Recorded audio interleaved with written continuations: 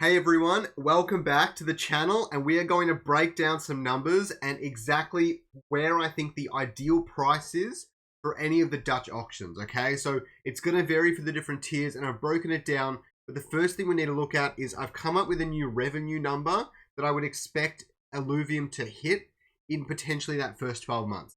And I'm going to make it really simple. I haven't really overthought this. It's very hard to speculate until we know how many players are entering Illuvium, of which I do think there will be many, but I will explain this very quickly. Quick shout out to N-double-odal, I think that's how you pronounce it. He threw me some figures out of the blue, and I saw them and I thought they were really cool. And I went and I updated them myself with some of my own research. I used a lot of the information and data points and like websites and things that he gave me, but I did come up with some of my own figures based on that. So I looked at essentially the major revenue streams or in-game revenue streams for three major games. The big difference here that really this is really important to do it this way, and I'll tell you exactly why. Because in the past, I've looked at revenue streams as a much broader concept. Things like secondary market fees, people buying it from other players, Leviathan Arena, so on and so forth. But a lot of these revenue streams don't actually apply to Illuvium Zero. They do not pay for fuel, which earns you money in Illuvium Zero. So we do need to have a slightly more conservative revenue, look at revenue for Illuvium Zero, and that definitely has to be considered. In this case, I've got two pretty major games and Axie Infinity in there, and Axie Infinity's revenue is quite small. Axie Infinity actually made almost $2 billion, but most of it was from market fees. So you can expect that revenue to come to Illuvium and the ILV staking token holders and things like that. But that sort of revenue might not make it all the way to the land, so that has to be considered. That being said, considering all these, and I think Pokemon Go achieves the collecting aspect, TFT achieves skins and that sort of thing, and Axie Infinity achieves the more general crypto sense, but I think this could be a lot higher than the Axie Infinity numbers for sure. But all I did to get my revenue number was I multiplied the three together and divided by 3 to get the average. And what I ended up with was about $1.5 billion, potentially over a year. Now, this is still a little bit on the extreme end, but I think it's very possible, and I think we should just look at it for now as a potential avenue for how we find our Dutch auction prices. Now, I've got these prices for you, okay? So let's start off at T1. I've made a cool little graphic. I'll post these up on my Twitter so you guys have them to reference. So do not worry about that. It'll go up straight as soon as the video goes up. Also, please make sure to watch the first video up the top there. It's going to be up here somewhere. I don't know, one of these spots. Make sure to watch that video. It tells you a lot more context into how I'm calculating this and what it's all about. Please go and watch it. It's definitely going to help out. So just looking at this for T1. Now, what I'm effectively doing is I've got the Dutch auction prices and what percentage they come to and things like that as they descend, starting from the top right to the bottom left in this case.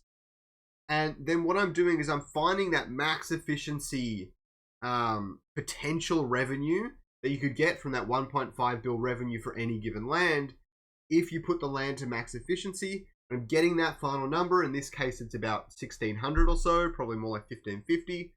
And then I'm using that to try and figure out how long I need to wait in the land sale to potentially have a 1 year ROI. Obviously, you would want to get as low ROI as you can, but this is what I'm looking at effectively. What cost the land needs to come to for me to consider it as a potential buying opportunity personally.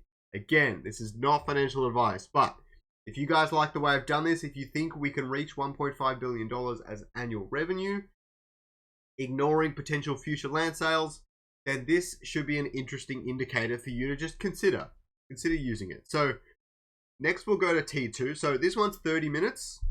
Next we'll go to T2. The button to go across should be right there. That's annoying. Whatever. I don't know why that didn't work. Right. So now we've got T2. And this one also looks to be 30 minutes. I think it's actually slightly faster, but they both look like a really equal opportunity. T2, you'd obviously be able to produce more blueprints, but obviously it costs more. You might be able to get a few T1s, so definitely worth keeping in mind. It starts to get more interesting. I was able to switch between these before. It starts to get a lot more interesting when you get up to T3, right? At T3, you're waiting about 40 minutes to getting that optimal buy at around the 35% mark of the original price.